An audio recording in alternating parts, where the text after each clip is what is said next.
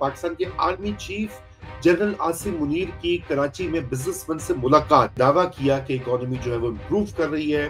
7-8 चीजें डिस्कस हुई क्विकली, उसमें organise system of corruption in Karachi and Sindh, वो बड़ी डिटेल में डिस्कस हुआ, जिसको आर्मी चीफ ने लास्ट टाइम कहा था इसको हम स्मैश कर देंगे। आर्मी चीफ कह रहे हैं जी कि इंडस्ट्री के लिए अप्रैल 2025 जो है उसमें 9 सेंट्स पे हम ले आएंगे। आईटी के बारे में उन्होंने कहा जी कि फ्रीलांसर्स वगैरह जो है इनके हमने टैक्स रेट 0 कर दिए, इनको इतनी फैसिलिटीज दी हैं, फिर भी पैसे ये वापस पाकिस्तान नहीं लेकर आते अपनी अर्निंग्स के। कराची के ये जो बिजनेसमैन है ये हमेशा आपको पता है कि ये दावत देते हैं, पहले भी ये पहली बार नहीं हुआ, इससे पहले भी वो करते थे, जब भी पहले कोई मसला था हम कहते थे आर्मी टेक ओवर कर ले। पहले यूक्रेन ने मिसाइल दागे रूस के अंदर, फिर रूस ने जवाबी हमला किया है। इस वक्त जो है रशिया तकरीबन 20% यूक्रेन का जो है, यूक्रेन का area about 6 lakh square kilometre है, उसका 1,20,000 स्क्वायर किलोमीटर जो है वो काबिज है इस वक्त। ट्रम्प साहब जीत गए हैं, उन्होंने बड़ी स्ट्रेट फॉरवर्ड तरीके से कहा भी मैं इस वॉर को खत्म करना चाहता हूँ, ना मैंने यूक्रेन को पैसे देने हैं। जी अस्सलाम वालेकुम नाजरीन, सॉल्यूशंस फॉर पाकिस्तान की ताज़ा तरीन एपिसोड के साथ मैं और हारून ख्वाजा आपके साथ मौजूद हैं। वेलकम हारून साहब वंस अगेन।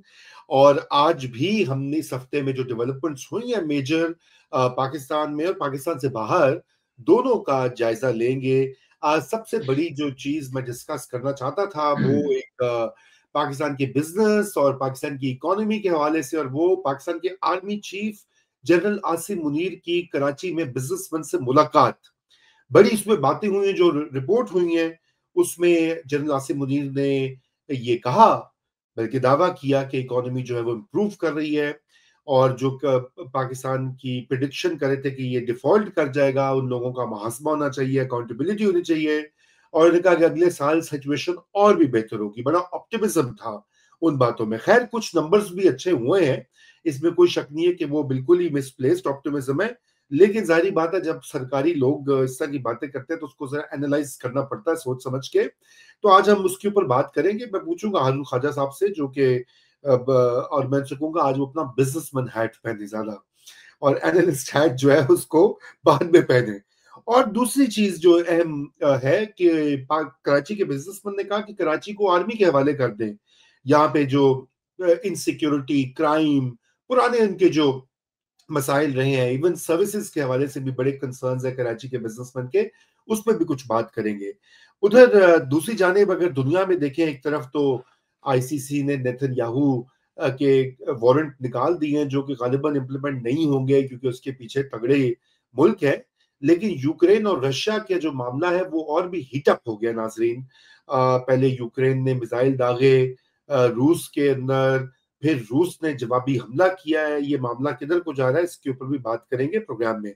तो शुरू करते हैं विदाउट फर्दर डिले। हारून साहब ये बताइए, आर्मी चीफ की मुलाकात हुई कराची में, और मेरे ख्याल है अगली बार आप भी जब आते हैं तो आपको पिंडी में मिलना चाहिए, उनको जरा अपडेट करना चाहिए कि क्या समझते हैं बिजनेसमैन, क्या, how do you read this meeting. ये एक बाय द वे, ये हारून भाई एक मसला तो नहीं है, एक ट्रेंड बन चुका है कि कराची के ये जो टॉप बिजनेसमैन होते हैं ये डायरेक्टली आर्मी चीफ से बात करते हैं, आर्मी चीफ को शिकायतें करते हैं वगैरह, और आर्मी चीफ भी इनसे व्यूज लेते हैं इकोनॉमी के बारे में।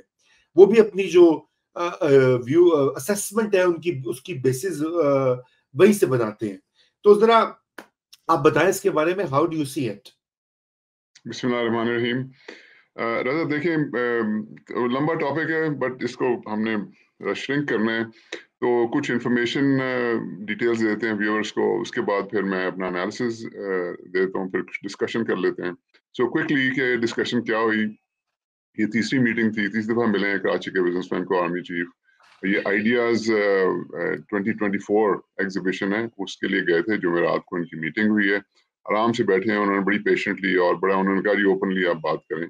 तो बिजनेसमैन ने भी रादर खुल के बात की। आर्मी चीफ ने दरमियान में कुरानिक आयात वो जैसे करते हैं उसका हवाला भी दिया, और हौसला बढ़ाने के लिए, और कहा कि मायूसी वगैरह जो है वो मुसलमान जो है उसको अलाउड नहीं है और गुनाह है।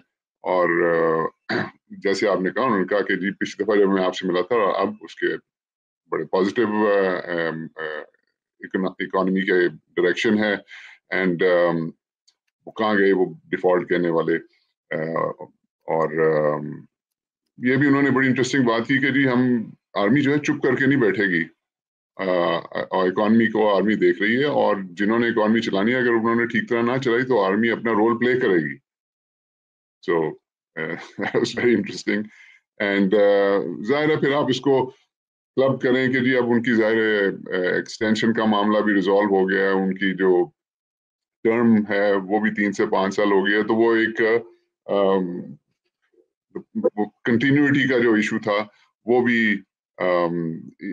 इस सारी सारी इन्वायरमेंट में वो भी स्टेबिलिटी की तरफ इशारा कर रहा था.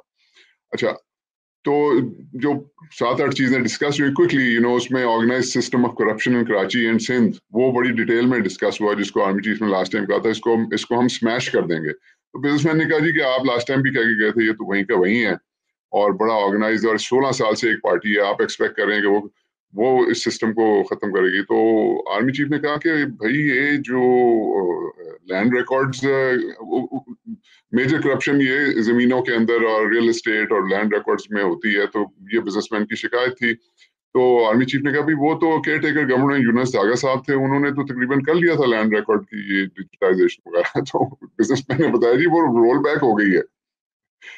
एंड वो उन्होंने कहा जी 16 साल से जो गवर्नमेंट उधर उनसे आप एक्सपेक्ट करें. बहरहाल चीफ ने कहा जी हम उन्हीं से कराएंगे और इसको इंशाल्लाह हम आप मतलब काफी तसल्ली दी कि इसको हम कंट्रोल करेंगे. दूसरा उन्होंने कहा जी कि इंटरेस्टिंगली ये हर गवर्नमेंट आके ये भी करती है कि कराची जो है उसकी एक सेपरेट पोर्ट सिटी होना चाहिए, उसको जैसे बाकी दुनिया के ममालिक पोर्ट्स के ऊपर उनकी सिटीज हैं उस तरह का एक मेजर इंटरनेशनल शहर होना चाहिए. वो आपको याद है बंडल आइलैंड वगैरह वो पिछली गवर्नमेंट्स में भी डिस्कस होता रहा. फिर उन्होंने कहा जी एक सेंट्रल पोर्ट अथॉरिटी होनी चाहिए, ये जो कराची के 3 पोर्ट्स हैं उनकी एक सेंट्रल अथॉरिटी होनी चाहिए, बजाय 3 different ports 3 different rules regulation पे कर रहे हैं. तो ये तो कराची का था. इलेक्ट्रिसिटी के बारे में बड़ी इंटरेस्टिंग उन्होंने बात की कि जी एक तो ये विंटर पैकेज आया है, कम किए हैं रेट्स वगैरह. अब वो आर्मी चीफ कह रहे हैं जी कि इंडस्ट्री के लिए अप्रैल 2025 जो है उसमें 9 सेंट्स पे हम ले आएंगे जो काम हो रहा है. So we are looking forward to that, that will be a wonderful thing for the industry. और इंडस्ट्रियलिस्ट ने जाहिर है ये कहा कि जी आप 2.5% पे अगर हमारी इकॉनमी ग्रो करेगी तो उससे तो ना इंडस्ट्री को कोई फायदा होगा, ना प्रोडक्शन इंक्रीज होगी, और ना ही एफबीआर के रेवेन्यूज वगैरह जो है वो इंक्रीज हो गए. हमें 5-6% पे ग्रो करना है. अगर हम 5-6% पे ग्रो करेंगे तो बिजली ज्यादा कंज्यूम होगी और टैरिफ भी नीचे आएंगे. तो ये अब इंटरेस्टिंग है कि अप्रैल में हम देखते हैं कि इंडस्ट्री का क्या होता है, वाकई नीचे आता है कि नहीं, और फिर at the same time residential और कमर्शियल टैरिफ्स का क्या होगा. आई होप कि वो भी नीचे आएंगे. इंटरेस्ट रेट्स का उन्होंने कहा जी वो ही इज बीइंग टोल्ड कि नेक्स्ट ईयर एक सिंगल डिजिट पे आ जाएंगे, which will be another very good thing for the economy. अच्छा, बड़ी इंटरेस्टिंग उन्होंने बात की जी कि आप इकोनॉमिक सिचुएशन अब ऐसी होगी कि हम 240 पे भी अगर लाना चाहें रुपया तो वो हम ला सकते हैं, लेकिन वो हम इसलिए नहीं ला रहे कि एक्सपोर्ट्स को डैमेज करेगा अगर इतनी स्ट्रांग हमने पाकिस्तान की करेंसी कर दी. तो अगेन आपको पता है कि मैं तो हमेशा से ये समझता हूँ कि मार्केट शुड डिटरमिन द कि क्या एक्सचेंज रेट होना चाहिए. इसकी डिटेल अगर आपने पूछनी है तो खुर्रम हुसैन साहब से पूछें, वो आपको शायद डिटेल में बताएंगे कि रुपये की क्या वैल्यू होनी चाहिए. नेक्स्ट पीआईए की बात हुई, दुखती रह गया सारी कौम की, और चीफ ने कहा जी कि हम एक्सपेक्ट करते हैं कि पाकिस्तानी ये जो बड़े बड़े कंसोर्शियम्स हैं इकट्ठे होकर एक कंसोर्शियम बनाएं और यही आके खरीद लें तो बेहतर है, और अगर इस तरह होता है तो हम उनको हर तरह से फैसिलिटेट करने को तैयार हैं. आईटी के बारे में उन्होंने कहा जी कि फ्रीलांसर्स वगैरह जो हैं इनके हमने टैक्स रेट जीरो कर दिए, इनको इतनी फैसिलिटीज दी हैं, फिर भी पैसे ये वापस पाकिस्तान नहीं लेकर आते अपनी अर्निंग्स के. और हमारे जो यहाँ से फ्लाइट ऑफ कैपिटल हो रहा है, ठीक है सिचुएशन जो है वो इतनी अच्छी नहीं थी, लेकिन गवर्नमेंट को चाहिए कि इंसेंटिवाइज करें कि इन्वेस्टमेंट वापस आए. फिर रिकोडेक का उन्होंने बड़ा पॉजिटिव बताया फाइनली, और उन्होंने कहा कि सऊदी की इन्वेस्टमेंट जो है वो आने वाली है. जो रिकोडेक के शेयर्स जो हैं फेडरल गवर्नमेंट के वो पीपीएल और ओजीडीसीएल होल्ड करती है, तो ही होप्स के वो एक अच्छी फेयर प्राइस के ऊपर जो है वो सऊदी हुकूमत को बेचे जाएंगे रिकोडेक के. उन्होंने ये भी कहा कि ये ऐसा प्रोजेक्ट है जिसमें इंश्योर किया गया है कि सारा इंफ्रास्ट्रक्चर पाकिस्तान में रहेगा, और 2027 में ये जो स्मेल्टर्स वगैरह होते हैं, गोल्ड माइंस को जो पिघलाने का काम होता है जिसमें गोल्ड अलग होता है और इम्प्योरिटीज अलग होती हैं, उनको स्मेल्टर्स कहते हैं. उस मशीनरी को या आप समझे उस सेटअप को स्मेल्टर्स कहते हैं. वो पाकिस्तान के अंदर ही लगेंगे, मतलब ये नहीं होगा कि वो उधर से खोद के तो ले जाएंगे बाहर, वहां जाके उसको प्रोसेस करेंगे। पाकिस्तान में ही प्रोसेस होगा और इसका पाकिस्तान को बहुत फायदा होगा। प्रोडक्शन जब स्टार्ट होगी तो $1 बिलियन पर ईयर पाकिस्तान को उसका फायदा होगा, और विद इन 10 ईयर्स वो $20 बिलियन पर एनम के ऊपर चला जाएगा। सो ये बड़ी इंटरेस्टिंग उन्होंने बात की। So basically in a nutshell ये बातें रजा उन्होंने कही हैं। अब आपका कोई सवाल हो तो मैं बताता हूँ, उसके बाद मैं एनालिसिस अपना देता नहीं, मैं बिल्कुल कोई नहीं, मैं यही जानना चाह रहा था कि डिटेल्स जो है मैं भी फॉलो कर रहा था इसको। तो लेकिन आप हाउ डू यू, बिल्कुल आप एनालाइज कीजिए इसको लाजमी। हूँ। रजा देखें, मैं आपको एक बात बताऊं कि एक पुरानी, आप कोई व्यूअर्स को समझाने के लिए आप समझे कि एक पुराना कोई घर है, बंगला है या महल कह लें, बहुत पुराना, 100-150 साल पुराना, और वो अबैंडन्ड है और उसकी हालत खस्ता है। तो वहां पे जो तीसरी चौथी नस्ल के जो ओनर हैं वो आके देखते हैं कि जी ये तो उसको तो ठीक करना चाहिए, लेकिन पैसे नहीं है उनके पास, और वो जाके कुछ कर्जा लेके तो ऐसा करते हैं कि उसकी घास घास काट देते हैं, बड़ा अच्छा उसका लैंडस्केप कर देते हैं और उसकी पेंट वगैरह करवा देते हैं, और वो दिखने में अच्छा लगना शुरू हो जाता है। तो मसला ये है कि यार ये बाहर से उसके पेंट करवाने से वो अंदर से तो नहीं ठीक होगा ना। अंदर तो वही पुराने 150 साल पुराने पाइपिंग चल रही है, इलेक्ट्रिकल वायर्स भी वही पुरानी है, उधर जाले लगे हुए हैं, उधर हू का आलम है, उधर खस्ता हाल दीवारें हैं, फाउंडेशन वगैरह के ऊपर काम होना भी जरूरी है। तो यही कुछ हाल मैं सिंप्लीफाई करके बता रहा हूँ हमारी इकॉनमी का है। अब गवर्नमेंट ये कह रही थी इन्फ्लेशन नीचे आ रही है, रुपी स्टेबल हो गया है जी, और स्टॉक मार्केट देखें वो 99,000 क्रॉस कर गई है, रिजर्व्स हमारे 11.5 अरब से ज्यादा हैं, और वो by the end of this fiscal year वो 16 अरब पे पहुंच जाएंगे डॉलर पे। उसका इंटरेस्ट रेट नीचे आ रहा है, नेक्स्ट ईयर 1% हो जाएगा। आईएमएफ का प्रोग्राम बड़ी स्मूथली चल रहा है, रेमिटेंसेस बढ़ती जा रही हैं, current account deficit under control है, रेटिंग्स इंप्रूव हो रही हैं, एसआईएफसी बना दी गई है जो फैसिलिटेट कर रही है। ये सारी चीजें गवर्नमेंट क्लेम करती है, और आर्मी चीफ भी गालबन यही उनको इनपुट मिलती है। तो अब मेरा पॉइंट ये है कि भाई ये सारी की सारी चीजें जो हैं, ये बिल्डिंग को बाहर से पेंट कर दिया। या एक दफा मैंने आपको एग्जांपल दी थी कि एक गाड़ी है, वो गाड़ी जबरदस्त, आपने वो पुरानी गाड़ी उसको पेंट शेंट करके उसको इंजन भी आपने बदल के उसको पुरानी वॉक्सवैगन जो है उस इंजन की जगह आपने मर्सिडीज का लगा दिया इंजन, और जब अंदर बैठे स्टार्ट किया तो पता लगा चारों टायर जो है पंक्चर हैं। तो समझने की जरूरत है कि देखें ये हमारी जो सिचुएशन है, अगर आप इस पाथ पे चल रहे हैं कि जी ये सारे मैक्रो इकोनॉमिक नंबर्स ठीक हो गए एंड ऑल दैट, तो बेस्ट केस सिनेरियो रजा ये है, बेस्ट केस सिनेरियो ये है कि आप उसी तरह चलते रहेंगे जैसे आप चलते रहे 75 साल। हर चंद साल के बाद आपको आईएमएफ के पास जाना पड़ेगा, और इसी तरह वो फिर प्रोग्राम आएगा, और फिर ये जब तक आप दूसरा पैथ नहीं अडॉप्ट करते, जो कि मैं बार बार कहता हूं रजा, सर्जरी, इस मुल्क को सर्जरी की जरूरत है। मैं बार बार कहता हूं कि करने को तो वो 250 चीजें हमने 14 आइडेंटिफाई की हैं, लेकिन उनमें से भी 5 जो है, number 1 is civil service reform. को किसी को कोई जाके बताए ना आर्मी चीफ साहब को कि सर ये जब तक नहीं होगा कुछ नहीं हो सकता। आपने अपनी एसआईएफसी बनाई है, आप खुद कह रहे हैं उसके अंदर ब्यूरोक्रेसी और रेड टेप है। यही हाल पूरी पाकिस्तान की गवर्नमेंट का है। Civil service reform number 2, population control, कौन रोक रहा है, कौन रोक रहा है हमें कंट्रोल करने में पॉपुलेशन, क्यों नहीं उसके ऊपर काम कर रहे। तीसरा आपका रीड्रॉइंग पाकिस्तान बजट पे, कौन रोक रहा है नया बजट लिखने, जो मीनिंगफुल डॉक्यूमेंट जो कि हमें आगे बताए किस तरफ लेके जाने। चौथा आपकी जुडिशियल रिफॉर्म्स, ये वो वाले मेजर, आपने इतनी बड़ी सर्जरी कर दी जुडिशरी की, लेकिन वो जो असल में आम आदमी को जो 30 lakh cases, 3 million cases pending, जिसमें से 22-23 लाख केसेस जो हैं वो सिविल कोर्ट्स के अंदर, उसका क्या फायदा हुआ आम आदमी को। और पांचवी and most importantly, local government है नहीं इस मुल्क के अंदर, तो इस मुल्क में बताए ना क्या हो सकता है। ये 5 चीजें हैं, इन पहली 4 में जीरो जीरो लगता है, जीरो पैसे लगते हैं, और पांचवी जो है उसमें भी मिनिमल कॉस्ट पे। ये 5 चीजें होंगी तो सर ये आगे चलेगा मामला, अदरवाइज ये मोर ऑफ द सेम। सो मेरा तो ये एनालिसिस। नहीं, बहुत खैर, वो आपने जो प्री कंडीशंस हैं अच्छे बिजनेस के लिए, अच्छी मईशत को के पहिए को आगे बढ़ाने के लिए, वो तो आपने जिक्र कर दिया। लेकिन इसमें ये बात एक जरूर है कि कराची के ये जो बिजनेसमैन है, ये हमेशा आपको पता है कि ये दावत देते हैं। पहले भी ये पहली बार नहीं हुआ, इससे पहले भी वो कहते थे, जब भी पहले कोई मसला था वो कहते थे आर्मी टेक ओवर कर ले। माशाल्लाह कि हम ये सारी बातें, they want stability, they want मतलब कि उनका काम हो, ये जो सिविलियन अथॉरिटीज के साथ, उनको ब्यूरोक्रेसी के साथ जो मसाइल, आपने सिविल सर्विस रिफॉर्म की बात की है। लेकिन हारून भाई, आप क्या अभी अभी ये आपको ये लगता है, मैं इससे पहले कि हम अगले टॉपिक की तरफ जाए, क्विकली मैं चाहता हूं कि आपको ये लगता है कि इस वक्त डायरेक्शन जो है लॉन्ग टर्म रिफॉर्म, तो देखिए उसका एनवायरनमेंट इस वक्त मुश्किल है, जो पोलराइजेशन हुई अभी, आप एज वी स्पीक इस्लामाबाद बिल्कुल शट डाउन किया हुआ है गवर्नमेंट ने, कि जी वो एक पार्टी आके वहां प्रोटेस्ट ना कर ले, वो कर लेगी तो पता नहीं क्या कयामत आ जाएगी, यहाँ भी जाएंगे तो क्या होगा, लेकिन बस वो मजा चखाना है। तो आप ये बताइए कि क्या जो शॉर्ट टर्म मेजर्स के हवाले से आपको ये सही लगता है कि डायरेक्शन ठीक है, इस वक्त पाथ सही पे जा रहा है मुल्क, मईशत जो है?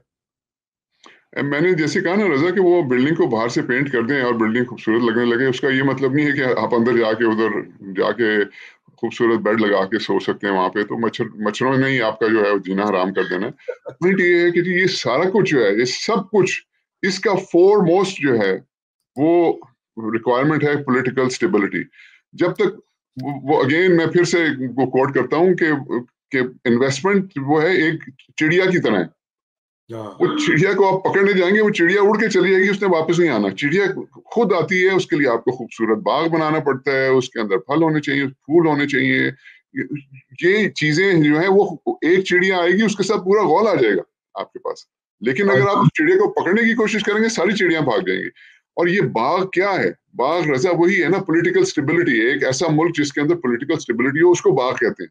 वो होगी तो ये फिर इन्वेस्टमेंट आएगी, इन्वेस्टमेंट आएगी तो ग्रोथ होगी, ग्रोथ होगी तो प्रोडक्शन बढ़ेगी, प्रोडक्शन बढ़ेगी तो टैक्सेस आएंगे, टैक्सेस आएंगे तो वो आगे लगेंगे। तो ये सारी बातें जो हैं ये हैंड इन हैंड। लेकिन first step is political stability. और फिर वो जो मैंने आपको बताया, सर्जरी की जरूरत। आप सर्जरी कर दें और पीछे पॉलिटिकल स्टेबिलिटी ना हो, उसका भी कोई फायदा नहीं। हाँ बिल्कुल बिल्कुल, दोनों। बाकी एक मैं क्लैरिफिकेशन कर दूं रजा, आपने सॉरी टू कट यू, आपने कराची के बिजनेसमैन की बात की, वंडरफुल, बड़े जबरदस्त। और पाकिस्तान के जितने भी बिजनेसमैन पूरे मुल्क के हैं, कराची ऑब्वियसली पोर्ट सिटी है, वो internationally much more linked with the rest of the world है। लेकिन मैं आपको एक बात बताता हूँ, ये एक मिसकंसेप्शन है कराची से जी, कि वो पता नहीं कितना परसेंट टैक्स आता है पाकिस्तान का। अरे भाई, वो इसलिए आता है कि 70% कंजम्पशन तो पंजाब के अंदर है, वो इसलिए कराची से ज्यादा था कि उनका हेडक्वार्टर वहां पे है। आप कोई भी, आप साबुन ले लें, आप एडिबल ऑयल ले लें, आप पेप्सी कोला, कोको कोला, आप कोई चीज ले लें, वो सारी पॉपुलेशन तो पंजाब में है, सब कंजम्पशन उधर होती है, सारा सेल्स टैक्स, विदहोल्डिंग टैक्स, सब कुछ उधर इकट्ठा किए जाते हैं। तो ये कैसे हो सकता है जी? कराची में, कराची बड़ी सिटी है, 3 करोड़ की सिटी है, तो ठीक है, वहां पे उसके मुकाबले में 10-12% आता होगा रेवेन्यू उसका, देयर इज नो डाउट। लेकिन बल्क तो पंजाब से आता है। लेकिन पंजाब के बिजनेसमैन जो है उनको कोई नहीं सुनता। सो मेरी रिक्वेस्ट होगी आर्मी चीफ साहब को कि जी उनको भी बुलाएं, सीरियस वालों को, और उनकी भी बात सुने। हाँ, ये बिल्कुल बिल्कुल आपने ये अच्छी बात कही। और मेरे ख्याल से तो वैसे असूल की तो बात ये है कि ये फाइनेंस मिनिस्टर जो हैं, ये उन्हीं को ये काम करना चाहिए।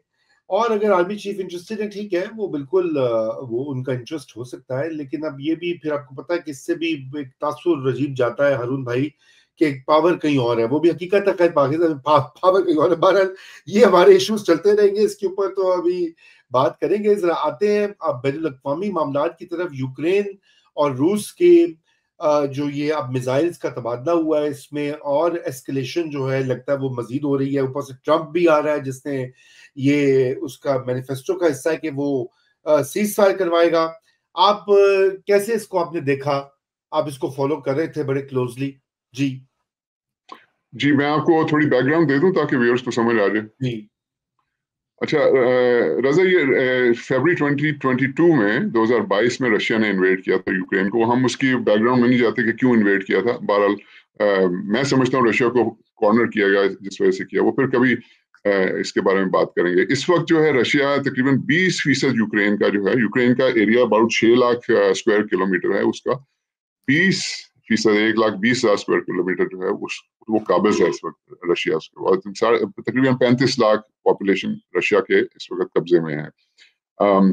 इनमें क्राइमिया तो पहले रशिया ने लेके उसको अपनी टेरिटरी में मिला लिया था। अब इस वक्त वो यूक्रेन के डोनेस्क रीजन, खेरसोन, लुहांस्क, मक्लोविया एंड ज़ेपोरिज़िया, ये रीजन्स हैं, और खार्किव सिटी जो second largest city of Ukraine है, वो रशिया के कंट्रोल में है। अच्छा, यूक्रेन ने इन रिटेलिएशन वो तो अपना बचा रहे थे, लेकिन उन्होंने इस साल अगस्त में जाके चंद महीने पहले रशिया की एक वेस्ट में एक सिटी है, कर्स्क उसका नाम है, उसको जाके, क्योंकि रशिया वाज फोकस्ड ऑन ये जो बाकी जो मैंने एरियाज आपको बताए वहां पे, तो इन यूक्रेनियंस ने जाके वहां पे, ये 11,000 स्क्वायर माइल की सिटी है, तो उसको जाके 30,000 स्क्वायर किलोमीटर कह लें, वो उसको टेक ओवर कर लिया।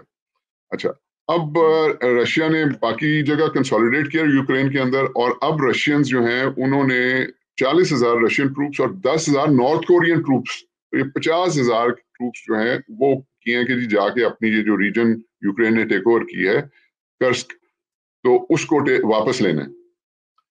तो ये चल रहा था मामला। अब वो जैसे ही नॉर्थ कोरियंस बीच में आए हैं, तो यहाँ पे बाइडेन के ऊपर बड़ा प्रेशर आ गया जी कि आप एक मिसाइल सिस्टम है अमेरिका का, उसका नाम है, उसको अटैक मिसाइल सिस्टम कहते हैं, ATACMS, army tactical missile system. ये सुपरसोनिक टैक्टिकल मिसाइल सिस्टम है, और ये इसकी लॉन्च जो है वो भी डिफरेंट जगहों से हो सकती है। वो आपने वो ट्रक्स मोबिलिटी, उसको हेमार्स कहते हैं, HIMARS, high mobility artillery rocket system, उसके ऊपर से भी ये फायर किए जा सकते हैं। तो वो दे नहीं रहे थे इसकी इजाजत बाइडेन साहब, लेकिन ये जब नॉर्थ कोरियन ट्रूप्स बीच में आए हैं तो उन्होंने इसकी इजाजत दे दी है फाइनली। 2 महीने उनके रह गए बाबा जी के, और उन्होंने जाके तो यूक्रेन को ये मिसाइल दे दिए कि जी आप रशिया की टेरिटरी में मार सकते हैं। तो इनकी जो रेंज है वो तकरीबन कोई 300 किलोमीटर, 190 मील की है। अच्छा, इससे पहले ब्रिटेन अपने स्टॉर्म शैडो मिसाइल्स दे चुका था यूक्रेन को, और फ्रांस जो है वो स्कैल्प मिसाइल, इनकी को 150 मील की रेंज है, ये ऑलरेडी यूक्रेन के पास थे। अच्छा, अब आप पहली बात तो ये देखें कि वो बाइडेन ने, भाई 2 महीने आपके रह गए, इलेक्शन आप हार गए हैं, उन्होंने जाके अब इजाजत दे दी। तो इसका एस्केलेशन ये हुई है बड़ी ज्यादा। यूक्रेन ने फिर वो इस्तेमाल किया मिसाइल, और उन्होंने रशिया के जो ट्रूप्स और military equipment and all that, मतलब ये अंडर थ्रेट आ गए इस मिसाइल की वजह से। अच्छा, रशिया ऑब्वियसली उसने फिर बहुत स्ट्रांगली रिस्पॉन्ड किया। थर्सडे वाले दिन, जुमेरात वाले दिन, उन्होंने एक intermediate range ballistic missile launch किया है। रशिया की रीजन है अस्त्रखान, और यूक्रेनियन सिटी डिनेप्रो, वहां पे एक मिलिट्री कंपाउंड था, उसके ऊपर उन्होंने ये इंटरमीडिएट रेंज बैलिस्टिक मिसाइल, ये अब फर्क क्या है, ये इंटरमीडिएट रेंज बैलिस्टिक मिसाइल जो है ये ऊपर जाता है, और इसका साइज और इसकी रफ्तार ये हाइपरसोनिक है, ये इतनी तेज है कि इसको इंटरसेप्ट नहीं किया जा सकता। और मोस्ट इंपॉर्टेंटली ये कन्वेंशनल और न्यूक्लियर वॉरहेड्स लेकर जाता है। वॉरहेड का मतलब है कि वो जो मिसाइल के एंड पे लगा होता है, वो बम जो जाके फटता है, उसको वॉरहेड कहते हैं। तो कन्वेंशनल नॉर्मल भी ले जा सकता है और न्यूक्लियर भी ले जा सकता है। तो पुतिन साहब ने ये मैसेज भेजा है वेस्ट को और यूक्रेन को कि भाई इस दफा तो मैंने कन्वेंशनल वॉरहेड्स के साथ भेजा है ये मिसाइल, अगली दफा ये न्यूक्लियर भी हो सकता है। और इस दफा तो मैंने यूक्रेन की सिटी के अंदर भेजा है, डिनेप्रो के अंदर, लेकिन अगली दफा ये यूरोपियन सिटीज में जाके आपकी फैसिलिटीज को भी कर सकता है, आपके मिलिट्री, यूएस के मिलिट्री बेसिस को भी मैं टारगेट कर सकता हूँ। सो एट द सेम टाइम उन्होंने एक थोड़ा सा वो कैरेट एंड स्टिक भी रखी है। आधा घंटा, 30 मिनट्स पहले फायर करने से पहले उन्होंने अमेरिका को इन्फॉर्म कर दिया था जी कि हम करने लगे हैं, although they are not required to. तो just for the information of our viewers कि एक और, इसके बाद एक और मिसाइल है जिसको कहते हैं ICBM, इंटरकॉन्टिनेंटल बैलिस्टिक मिसाइल। ये वो हैं, ये जो बड़ी कंट्रीज हैं, इन्होंने कोल्ड वॉर के अंदर एक दूसरे की तरफ हजारों की तादाद में नस्ब किए हुए थे, जो कि इनकी रेंज होती है इंटरकॉन्टिनेंटल, ये जाके बहुत दूर तक, यानी कि रशिया से अमेरिका, अमेरिका से रशिया ये मार कर सकते हैं। तो उसके ऊपर इनकी ट्रीटी हुई हुई है कि अगर कोई भी लॉन्च करेगा तो वो पहले से इन्फॉर्म कर देगा उस कंट्री को जहां पे वो मानना चाह रहे हैं। लेकिन ये सिर्फ ICBM के ऊपर एप्लीकेबल है, ये इंटरमीडिएट रेंज वाले उसके ऊपर एप्लीकेबल नहीं, लेकिन फिर भी रशिया ने अमेरिका को इन्फॉर्म कर दिया। सो एक carrot and stick kind of policy ये रखी। तो बॉटम लाइन रजा ये है इसका कि ट्रम्प साहब जीत गए हैं। उन्होंने बड़ी स्ट्रेट फॉरवर्ड तरीके से कहा भी मैं इस वॉर को खत्म करना चाहता हूँ, ना मैंने यूक्रेन को पैसे देने हैं और ये वॉर खत्म होनी चाहिए। और उनका प्लान ये है कि जो रशिया ने टेक ओवर कर लिए वो रशिया के पास रहे, और यूक्रेन के पास अगर कोई रशिया का टुकड़ा है तो वो उनके साथ वो एक्सचेंज कर ले। तो अब as I said 1,20,000 square kilometre Russia के पास है, इनके पास को 30,000 है। वो कोशिश कर रहे हैं 30,000 स्क्वायर किलोमीटर हम अपने पास रखें, रशिया उसको वापस लेने की कोशिश कर रहे हैं। सो ये है जनाब, सिचुएशन बड़ी टेंस है। असल मसला तो ये है कि गालिबन वो एस्केलेशन भी हो रही है। उनको पता है कि ट्रम्प के आने से पहले जो कुछ का वो करना रूस भी देख रहा है। असल इम्पोर्टेंट चीज ये है हारून भाई की मजीद एस्केलेट ना हो बहुत ज्यादा, जो एक रहा भी है कंसर्न भी लोगों का रहा है, वो क्या कहते हैं एक तशवीशनाक बात है, खसूसन न्यूक्लियर एस्केलेशन के हवाले से जो पहले उसका खतरा इजहार किया जा रहा था। शुक्र है कि वो अभी कुछ टला हुआ है, लेकिन ये एक ऐसे मामला है कि इसमें आपको नहीं पता लगता, दोनों साइड्स ही बिल्कुल ही अनप्रेडिक्टेबल है। तो बहरहाल मेरे ख्याल से बातें तो और भी टॉपिक्स और भी हैं, लेकिन आज के हमारे शो का वक्त जो है नाज़रीन वो खत्म हो रहा है, और अगले हफ्ते हम दोबारा मिलते हैं। आप कोई सवालात या कोई स्पेसिफिक आइडियाज हैं तो वो आप जरूर शेयर करें, कमेंट्स बॉक्स में जाकर दें और अपना फीडबैक भी दें, और इंशाल्लाह हम उसको देखते भी हैं क्लोजली। और ये वीडियो आपको पसंद आए तो आपने लाइक और शेयर करनी है, लाइक शेयर करेंगे तो सवाब हासिल होगा। इसके साथ ही हारून भाई खुदा हाफिज, और अगले हफ्ते होगी मुलाकात।